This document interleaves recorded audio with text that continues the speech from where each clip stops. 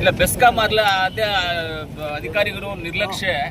ಯಾಕಂದರೆ ನಾವು ಎಲ್ಲವನ್ನೂ ನಮಗೆ ನೋಡಿ, ಇವಾಗ ಎಲ್ಲಾದರೂ ಒಂದು ಲೈಟೋ ಒಂದು ಪೋಲೋ ಏನೋ ಪ್ರಾಬ್ಲಮ್ ಇದ್ದಾಗ ಯಾರಾದರೂ ನಮಗೆ ಮಾಹಿತಿ ಕೊಟ್ಟರೆ ನಾವು ಅದನ್ನು ಮಾಹಿತಿ ಕೊಟ್ಟ ಪ್ರಕಾರವಾಗಿ ನಾವೆಲ್ಲ ಸಾಲ್ವ್ ಮಾಡುವಂಥ ಕೆಲಸ ನಾವು ಮಾಡಿದ್ದೀವಿ, ಮಾಡ್ತೀವಿ ಮುಂದಕ್ಕೆಲ್ಲ. ಆದರೆ ಅದು ಒಂದು ದುರಾದೃಷ್ಟ, ಒಂದು ಚಿಕ್ಕ ಮಗು 7 ವರ್ಷದ ಮಗು ತೀರೋಗಿರುತ್ತದೆ. ಆಗಬಾರ್ದಾಗಿರ್ತಕ್ಕಂಥ ಮಗು ಅಂದರೆ ಯಾರಿಗಾದ್ರೂ ಮಗುನೇ, ಈ ದೇಶದ ಪ್ರಜೆನೇ.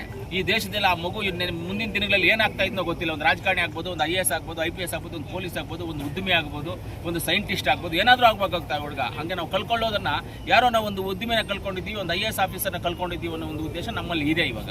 ಅದು ಆ ಥರ ಆಗಬಾರ್ದಾಗಿತ್ತು. ಎಲ್ಲ ನಾನು ಅದನ್ನು ಮಾತಾಡಿದ್ದೀನಿ. ಅದನ್ನೆಲ್ಲ ಅವಾಗ ಪೋಸ್ಟ್ ಮಾರ್ಟಮ್ ರಿಪೋರ್ಟ್ ಅದು ಇಮಿಡಿಯೇಟ್ ಮಾಡಿಸಿ ಎಲ್ಲ ಮಾಡಿ ನಾವೆಲ್ಲ ಅದರ ಬಗ್ಗೆ ಎಲ್ಲ ಚರ್ಚೆ ಮಾಡಿ ಮಾತಾಡಿದ್ದೀವಿ. ಬೆಸ್ಕಾಂ ಅಧಿಕಾರಿಗಳಿಗೂ ವಾರ್ನಿಂಗ್ ಮಾಡಿದ್ದೀವಿ.